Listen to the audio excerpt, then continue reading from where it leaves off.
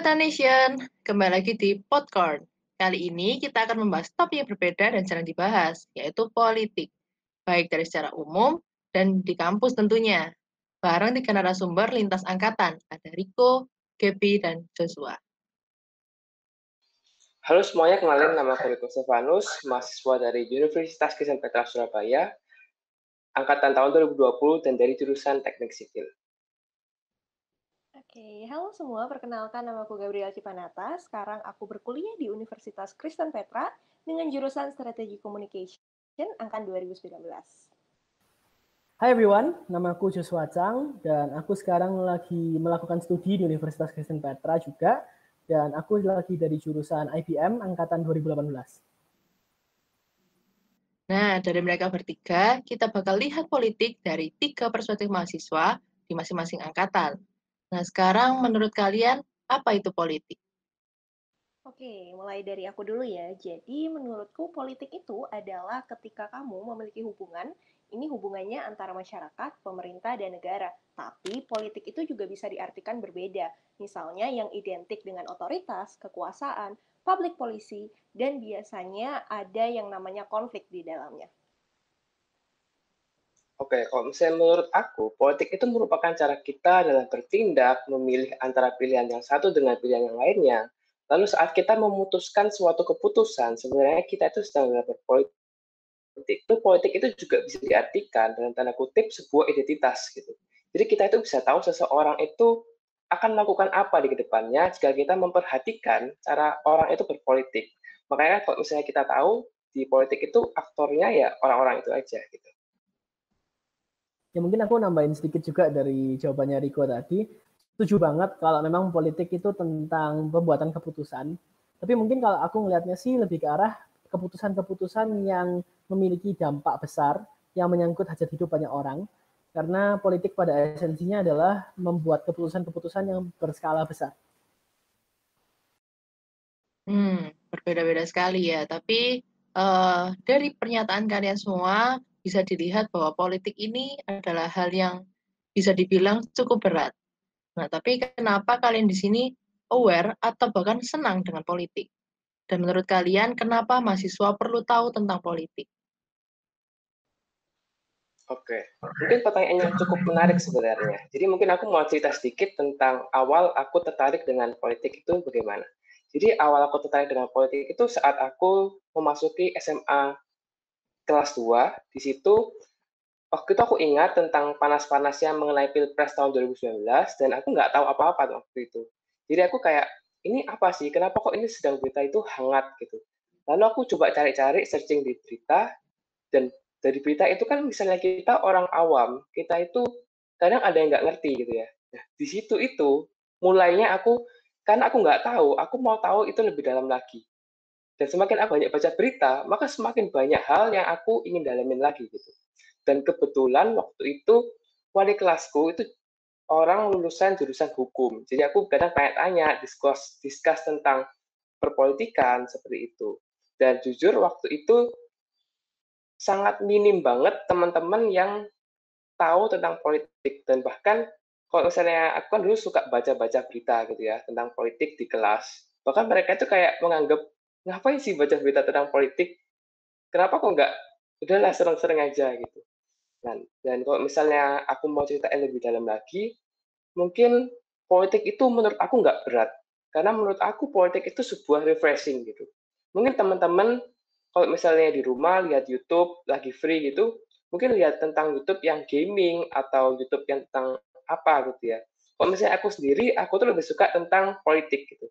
Misalnya kayak channelnya Najwa Shihab, lalu channelnya ILC yang kemarin lagi di stop, lalu juga tentang channel-channel perpolitikan yang lain gitu. Dan kalau misalnya tanya mengapa mahasiswa itu perlu tahu dalam perpolitikan, itu sebenarnya simpel. Karena politik itu kita ini hidup di negara yang berpolitik gitu ya. Masa sih kita hidup sebagai masyarakat, kita itu nggak tahu tentang politik itu apa. Dan kebijakan yang diambil nantinya, itu impact-nya juga ke kita sebagai masyarakat. Oke, menarik ya dari Riko. Nah mungkin aku setuju juga sih sama Niko ya. Riko, sorry. Jadi aku juga tertarik sama politik, tapi mungkin bingung sebenarnya kalau ditanya kapan, karena sebenarnya aku sendiri emang sejak kecil itu nggak tahu kenapa ya, merasa kalau kita itu emang harus gitu berkontribusi ke negara. At least melek politik gitu loh. Nah, karena politik itu ya yang tadi diomongin juga gitu, berpengaruh banget ke nasib kita semua warga negara. Kalau kita apatis, kalau kita enggan untuk mencari tahu lebih dalam tentang politik gitu ya, mau dibawa kemana negeri ini, kayak gitu. Dan berat gak berat itu juga menurutku cukup relatif ya. Politik memang terkadang bisa dilihat dari sisi berat, karena banyak yang harus dipertaruhkan di dalamnya, banyak yang harus dipertimbangkan. Tapi kalau aku sendiri melihat kadang politik itu bisa jadi hiburan gitu. Apalagi kalau teman-teman lihat tentang drama-drama politik di Indonesia gitu loh. Itu kadang-kadang bisa menghibur gitu loh, daripada yang kita lihat komedi-komedi, ternyata politik itu bisa lucu juga gitu. Apalagi kalau kita baca-baca sesuatu yang nge-trigger emosi. Jatuhnya malah jadi seru gitu, bukan yang jadi berat-berat gimana.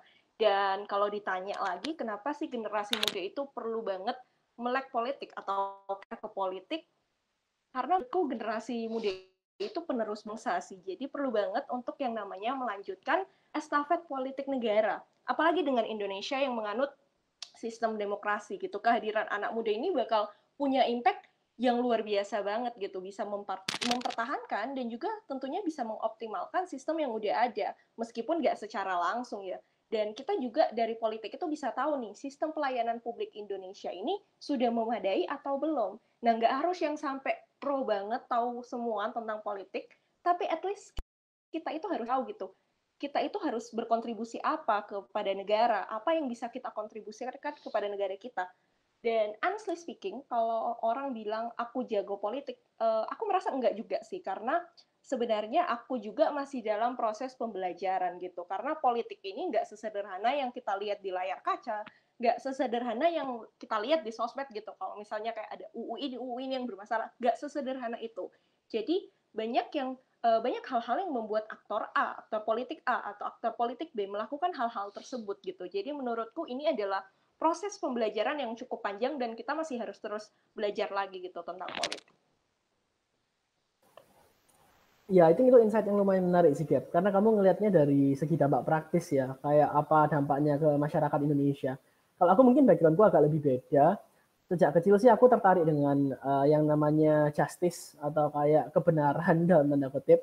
Karena mungkin juga faktor kayak kakekku kebetulan pernah melayani negara juga sebagai pegawai negeri sipil, ya pegawai negeri dan dia kayak melayani sebagai hakim. Jadi kayak memang karena itu I think aku lumayan dibesarkan dengan apa ya standar etika yang lumayan, kayak aku selalu mengejar gitu loh, apa adalah hal etika yang benar. Jadi kayak pertanyaan-pertanyaan filosofi yang kayak bertanya, oh apakah hal ini moral atau tidak, itu sangat-sangat menarikku. Dan I think aku terlibat politik pertama justru bukan di politik Indonesia sebenarnya, tapi lebih tertarik di politik US di luar negeri juga, karena di Indonesia kan politik kita so far masih di tahap kayak oke, kamu pemilu milih siapa. Terus kita juga kebanyakan masih milih kandidat berdasarkan kayak oke, menurutku orang ini kandidatnya dari partai yang oke, atau orang ini so far kelihatannya oke, tapi nggak sampai ke titik di mana kita mikir kayak oh dia punya rancangan program apa, program kerjanya apa, di websitenya kita bukai, oh kandidat A lawan B, mereka punya proker apa, historinya gimana, track recordnya gimana. Itu kalau di luar negeri kan mereka sudah lebih ke arah kayak kalau perdebatan selalu membahas, wah rencana ekonominya gimana, terus habis itu mereka membahas keputusan moralnya gimana, aborsi sebaiknya dilegalkan atau enggak, pernikahan sesama jenis, seperti kayak gitu-gitu. Jadi memang perdebatannya lebih ke arah keputusan-keputusan yang disebut moral, dan aku memang lumayan tertarik gitu karena aku merasa bahwa politik adalah kesempatan untuk kita membuat keputusan-keputusan yang benar.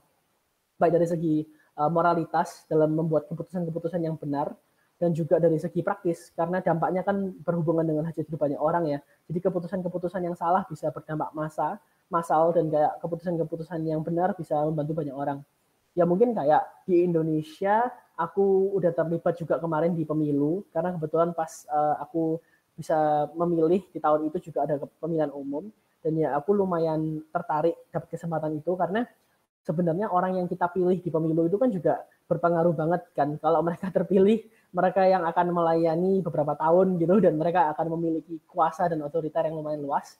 Jadi memang sangat penting untuk kita memastikan orang yang kita pilih adalah orang yang baik dan orang yang punya values yang oke, dan mereka memang sungguh-sungguh melayani, nggak ada maksud di belakang layar lah. Dan ya itu hal yang membuatku sangat tertarik dengan politik sih. Keputusan-keputusan yang benar dan mencari moralitas itu aku sih mungkin. Menarik banget insight dari 3 orang ini. Seperti yang kita lihat, seperti yang Riko tadi bilang, politik itu refreshing. Gaby bilang, politik ini hiburan, politik ini seru. Tapi dari sisi Coach Joshua, politik ini berbicara tentang etika, keputusan moral. Nah, dari sana kita bisa, politik ini bisa diartikan berbeda sama orang-orang lain. Tiap-tiap orang beda. Nah, tapi yang kita pikir politik itu berat, tapi juga ada loh yang mikir ini refreshing, ini hiburan. Jadi mungkin ini bisa jadi insight baru buat kita semua pendengar. Jadi politik itu nggak selalu membahas yang hal-hal yang berat, tapi justru ada hal-hal lain yang juga bisa dilihat dari politik. Nah, sekarang kan kita sedang berkuliah di sebuah kampus, Universitas Petra. Nah, kalau di kampus sendiri bisa kasih tahu nggak salah satu contoh politik praktis di kampus yang kalian tahu dalam kehidupan sehari-hari? Ya, mungkin aku akan memulai ini deh.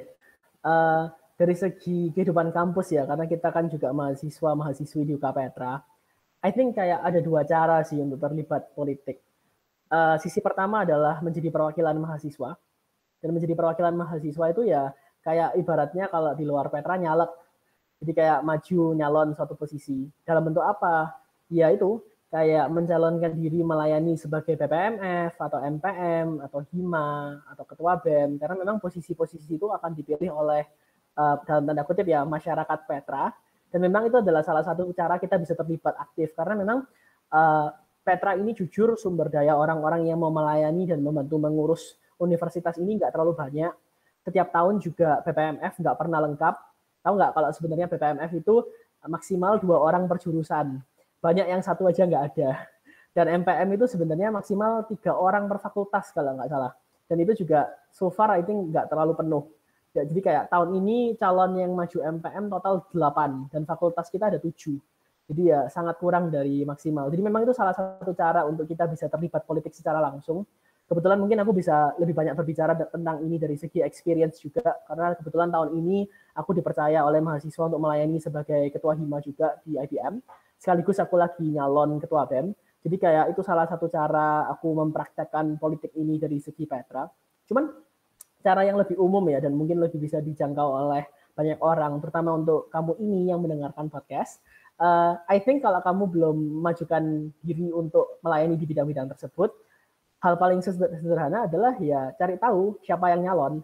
Dan kalau nyalonnya ada beberapa orang, contohnya kayak Cakahim di jurusan Moda 2, BPMF di jurusan Moda lebih dari 2, atau kalau ya tahun ini Cakabem ada 3 sih, jadi pasti harus terlibat politik dong.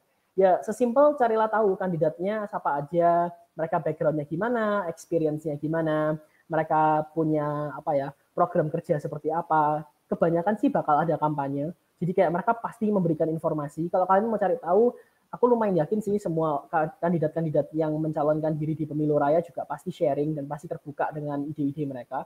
Jadi memang kalau kita mau terlibat politik di kampus sih sesimpel kalau pemilu jangan asal coblos, atau lebih parah, aku nggak tahu ya lebih parah asal coblos atau nggak nyoblos ya.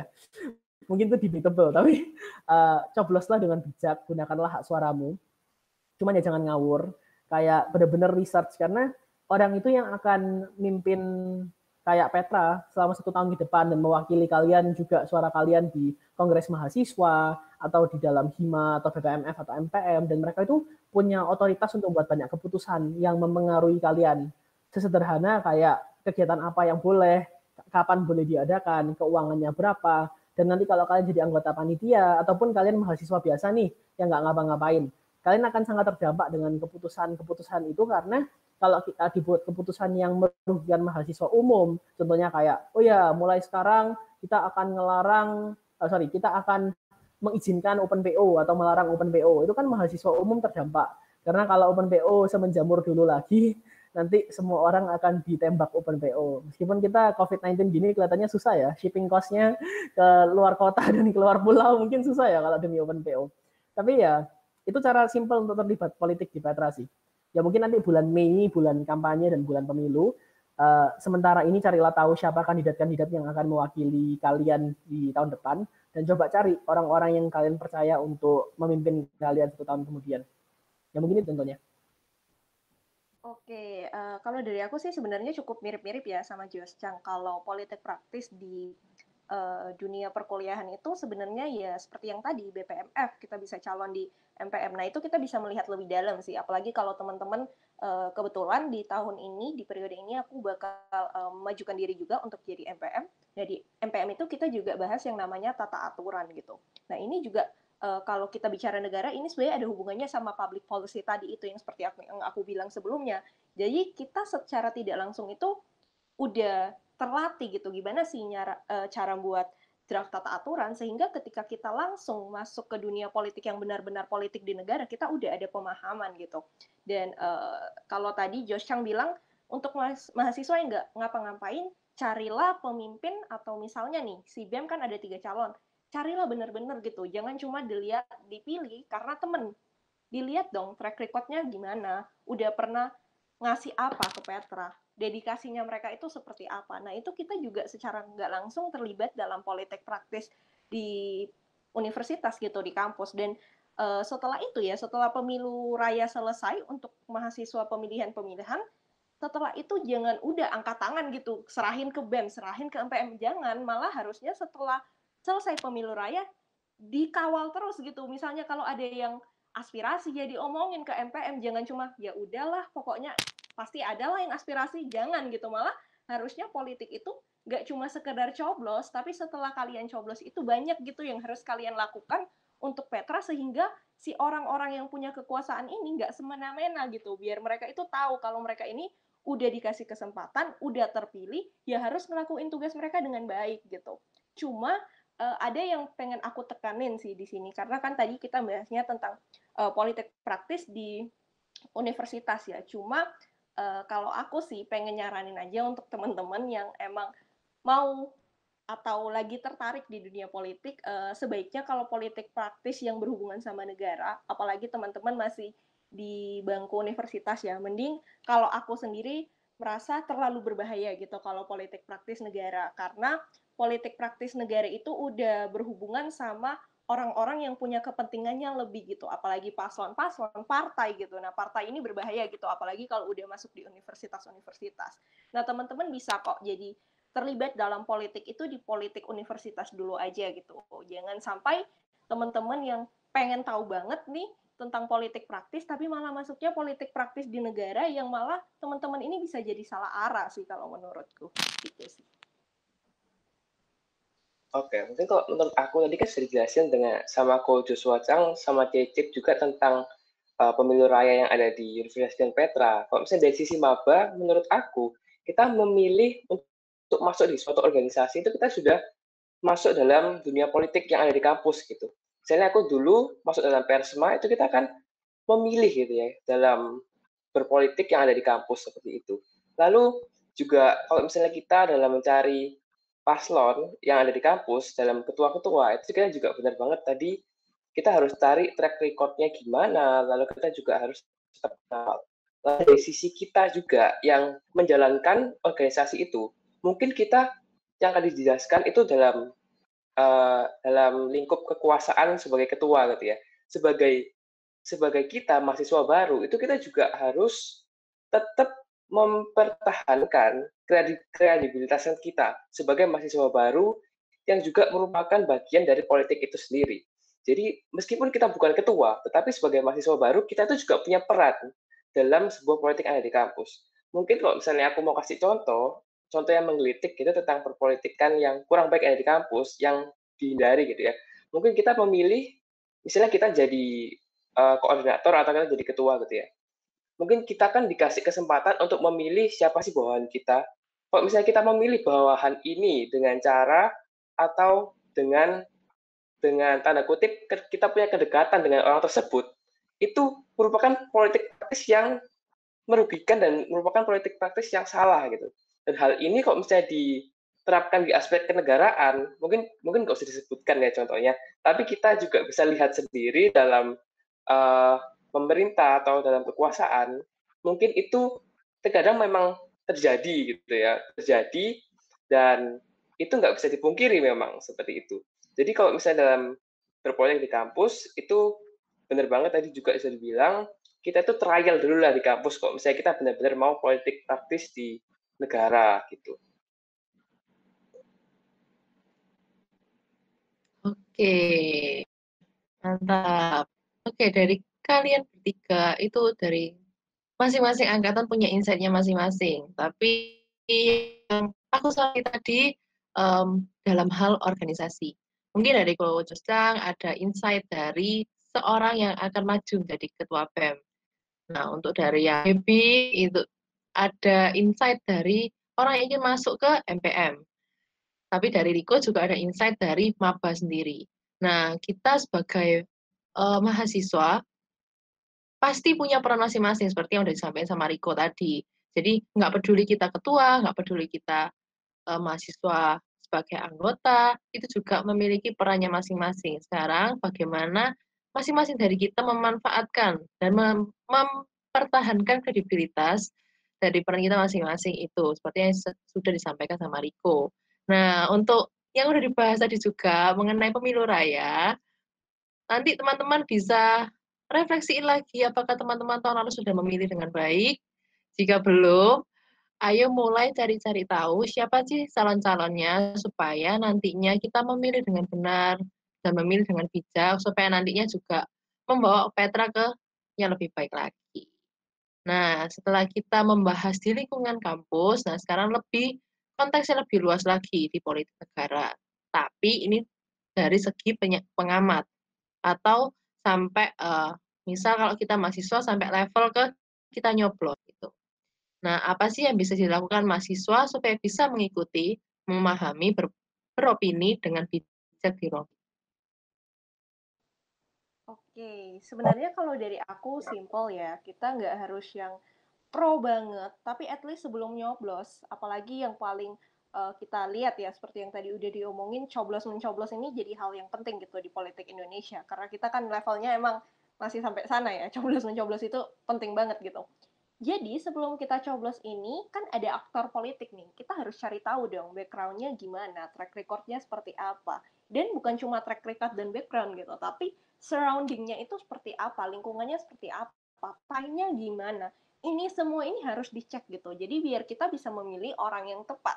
Tapi yang perlu diperhatikan lagi ya menurutku itu jangan sampai kita baru baca satu atau dua artikel terus langsung buat thread gitu di Twitter atau di Instagram. Bukannya nggak boleh ya, bukannya nggak boleh, tapi jangan sampai jadi bumerang ke diri kita sendiri gitu. Kalau katanya Mbak Najwa ya, be brave tapi don't be stupid gitu. Kalau yang teman-teman emang belum sama sekali memahami tentang politik dan merasa ini topik yang sangat berat, menurutku teman-teman bisa kok mulai dari nonton dulu. Gak perlu yang dokumenter politik yang bikin pusing kepala, karena biasanya kalau dokumenter kan panjang, bosen gitu, apalagi untuk orang yang baru mau tahu.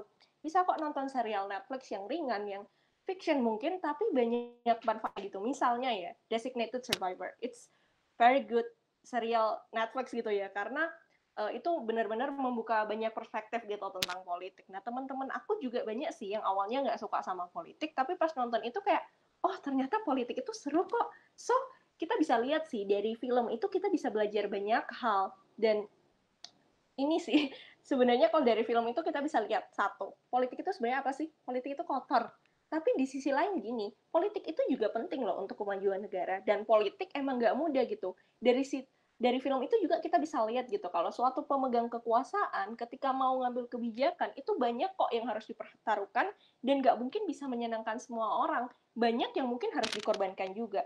Nah, tapi menurutku yang lebih penting lagi itu, hal-hal kayak gitu itu nggak cuma berlaku di politik, di kehidupan kita itu juga berlaku gitu. Dan untuk menang pasti memang akan ada yang harus dikalahkan dan pasti akan ada yang dirugikan.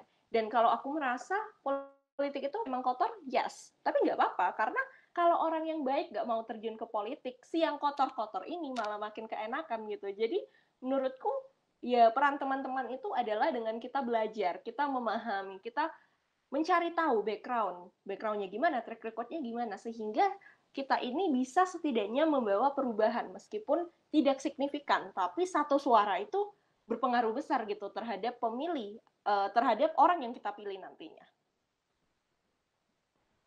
Ya mungkin aku tambahin sedikit aja dari itu, karena aku sangat suka ide bahwa ya soal orang benar harus terlibat politik ya. Mungkin kayak aku pernah dengar ini sih dalam bahasa Inggris, nggak tahu kalian pernah dengar atau enggak. Cuman ada kayak sebuah ucapan yang dibilang, all it takes for evil to win is for good people to do nothing.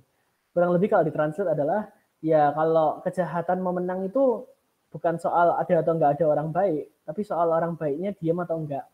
Karena kalau orang baiknya diam semua, ya yang jahat pasti menang. Jadi kalau aku sih jujur lebih menganjurkan ya, kalau kalian, maksudku gini mungkin, mahasiswa, yang namanya mahasiswa atau orang-orang yang mengendam, menjalani pendidikan tinggi di negara ini, itu menurut statistika sekitar 10-20 lah. Statistika terakhir yang aku lihat sih sekitar 10%. Jadi bayangin, cuma 10% orang di Indonesia yang S1. Dan itu agak-agak mengkhawatirkan. Cuman ya memang angka itu meningkat terus ya, dan itu memang data yang agak lama, jadi aku nggak pasti apakah angkanya masih pas, tapi ya sekitar 10-20. Cuman ya itu berarti sebagai mahasiswa, sebagai mahasiswi, sebagai orang-orang berpendidikan tinggi, apalagi mungkin yang angkatan 18-17 ya yang mau lulus, kita punya tanggung jawab moral pada bangsa ini untuk memimpin negara ini menjadi lebih maju gitu. Karena ya terutama kita melihat sekarang meningkatnya platform sosial media, yang semua orang bisa ngomong apapun. Kamu mau lulusan S3, kamu mau anak SD yang baru belajar pegang Instagram, sama-sama satu account, sama-sama satu suara. Ya, kalau orang baik nggak ngapa-ngapain ya mengerikan sekali, karena diskusi politik akan berubah dari debat fakta menjadi debat opini. Yang namanya truth menjadi relatif. Ya, itu kita lumayan bisa melihat lah di luar negeri juga hal-hal seperti virus corona asli atau hoax. Wah, itu sampai sekarang masih didebatin di beberapa negara maju. Ya itu kan lumayan bisa dipertanyakan ya. Kalau kebenaran absolut seperti itu aja masih didebatkan ya susah. Ya karena orang-orang yang benar nggak mau berdiri untuk kebenaran itu dan memperjuangkannya. Ya mungkin kalau kalian relate di SMA atau SMP, seringkali ada 1 atau 2 orang yang ngebully orang lain, terus gak ada yang berhentiin. Ya aku yakin sih kalau bullynya itu sebenarnya minoritas, 1 atau 2 orang gitu. Tapi karena mayoritas orang di kelas itu nggak ngapa-ngapain, ya akhirnya victimnya banyak. Dan I think kita bisa bergerak di luar daripada itu, karena ya aku percaya dan yakin bahwa mahasiswa itu banyak yang benar-benar peduli tentang bangsa dan negara ini. Kita juga melihat banyak perubahan di politik Indonesia beberapa waktu terakhir ini ya, yang membuktikan bahwa siapa saja bisa masuk politik, ya termasuk orang-orang yang sekarang sedang melayani di kepemimpinan politik juga lumayan orang-orang yang dipercaya oleh rakyat. Dan aku rasa bahwa terutama mungkin untuk mahasiswa Petra ya, yang kita selama ini mungkin di comfort zone saja, dan merasa bahwa wah kita minoritas nggak bisa apa-apa. Tapi justru karena kita minoritas kita harus bikin sesuatu, karena kita tinggal di negara ini juga gitu loh.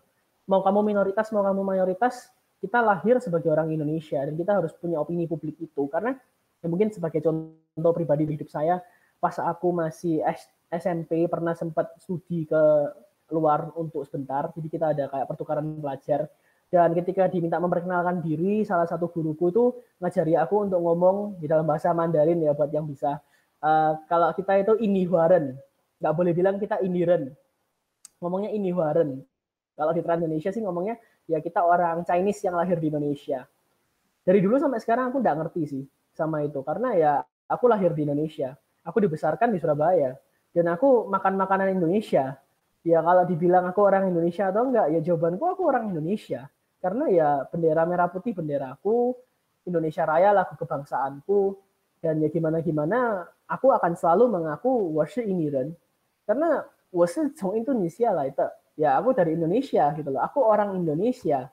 Dan itu tidak akan mengubah meskipun aku bisa Inggris, meskipun aku bisa Mandarin, kalaupun aku sekolah di luar negeri, kalaupun aku bisa apapun itu tidak mengubah fakta bahwa aku lahir di negara ini, aku berhutang budi pada rakyatnya dan pemerintahnya yang sudah mendesain kota-kotanya.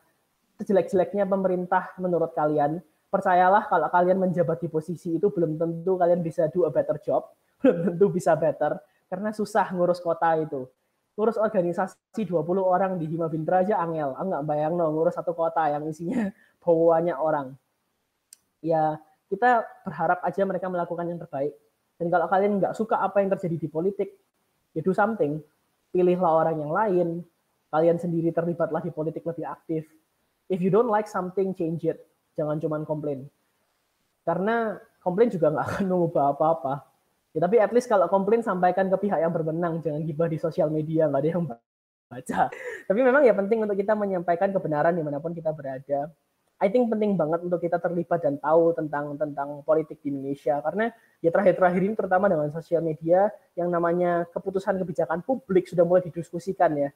Zaman dulu kan aturan yang dibuat mau RUU apa kayak law apa kayak nggak ada yang mikir. Sekarang kalau kita ngomong omnibus law, RUU Cipta Kerja, RUU Ketahanan Keluarga udah masuk berita. Dan I think meskipun banyak kontroversi tentang hal-hal itu, minimal bicarakan rakyat aja udah keren banget. Karena itu berarti sekarang Indonesia mulai berpindah dari aku pilih kamu karena aku suka kamu, menjadi aku pilih kamu karena kamu punya kebijakan publik yang seiring dengan yang aku kejar. Dan menurutku itu membuktikan bahwa demokrasi Indonesia sedang menjadi lebih baik. Ya, demokrasi secara umum di seluruh dunia sedang dalam ancaman ya. Banyak negara-negara juga yang demokrasinya nggak stabil, termasuk apa yang sayangnya terjadi di luar negeri beberapa momen yang lalu, demokrasinya lumayan diserang oleh oknum tertentu. Cuman ya kita bersyukur tinggal di negara ini karena demokrasinya dijaga kuat. Kita juga berdoa terus untuk demokrasi di Indonesia dan untuk perkembangan ini. Dan ya kita harus melakukan bagian kita dengan beropini di ruang publik, baik di dalam kehidupan nyata maupun kehidupan maya. Kita punya tanggung jawab sosial kepada diri kita sendiri, kepada bangsa ini, dan kepada Tuhan ya terutama.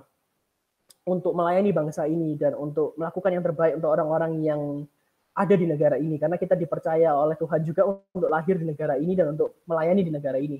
We have to give our best karena kita Indonesia. Ya mungkin itu sih dari aku. Oke, mungkin kalau dari aku tadi kan sudah dijelaskan sama Cicip tentang bagaimana kita menyampaikan opini, terus dari Ko Joshua juga tentang insight-nya masing-masing gitu ya. Kalau misalnya dari aku mungkin mundur sedikit, gimana sih cara kita sebelum tahu tentang kebijakan-kebijakan itu, gimana sih cara kita untuk tahu gitu ya.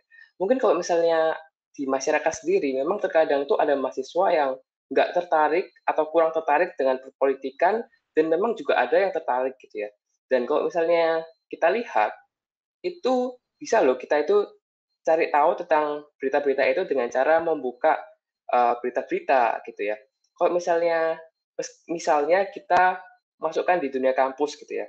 Misalnya jurusan teknik sipil, kita tuh bisa loh baca tentang dunia konstruksi yang ada di Indonesia, itu gimana. Kemarin itu kan ada yang rame gitu ya, isu SWF gitu. Lalu misalnya jurusan lain, misalnya ekonomi atau bisnis, itu kan bisa ada tentang berita mengenai market yang down gitu ya, waktu Maret kemarin. Nah, dari situ tuh kita bisa tahu, kita bisa dapat pengalaman dari apa yang sudah terjadi gitu. Dan kalau misalnya di berita sendiri, kita itu bisa lihat di HP. Kita bisa download aplikasi dari media itu sendiri gitu. Dan di situ juga sudah terfilter antara berita ekonomi, berita politik, berita apa bisa lihat di sana. Gitu. Jadi setidaknya buat teman-teman yang mau mulai untuk bisa tahu tentang kebijakan-kebijakan, itu bisa juga dengan baca kira-kira ya 1 atau 2 berita per harinya gitu ya. Lalu untuk aku sendiri, mungkin aku ada kata-kata sedikit ya buat teman-teman semua. Ini tadi sempat terpikir sih gitu. Kalau misalnya kamu nggak bersalah, maka kamu akan membuktikan bahwa kamu nggak bersalah. Dan kalau kamu Indonesia, maka kamu juga harus membuktikan bahwa kamu Indonesia dengan cara ikut aktif dan menyuarakan aspirasi dan mengembangkan Indonesia. Dan yang terakhir, Indonesia itu nggak akan pernah maju jika tidak ada kita, generasi muda yang ada di belakangnya. Oke, mungkin aku mau nambahin dikit sih dari yang tadi dibilang sama Joshua ya. Mungkin cukup menarik buat aku yang bilang tentang kita bahas isu aja itu udah kemajuan gitu. Karena kita udah bukan bahas aktornya lagi, tapi udah kebijakannya. Nah, ini menurutku sangat menarik ya. Karena banyak aku lihat beberapa beberapa akhir-akhir ini banyak banget orang-orang yang bilang kayak gini. Waduh, demokrasi kita ini mending balik deh ke orde ini, itu enggak sih. Perlu aku bilangin ya, ini aku juga salah satu peneliti politik di Indonesia juga pernah meneliti gitu bahwa sebenarnya demokrasi kita itu enggak mundur ke orde sekian gitu. Demokrasi kita itu sudah maju kok teman-teman. Cuma memang demokrasi kita itu belum optimal. Tapi bukan berarti lebih baik kita balik ke orde lama atau kita balik ke orde baru gitu. Karena jauh gitu loh. demokrasi kita dengan Orde Lama atau Orde Baru itu jauh banget. Ini udah jauh lebih berkembang dan kita itu harus menghargai perkembangan itu.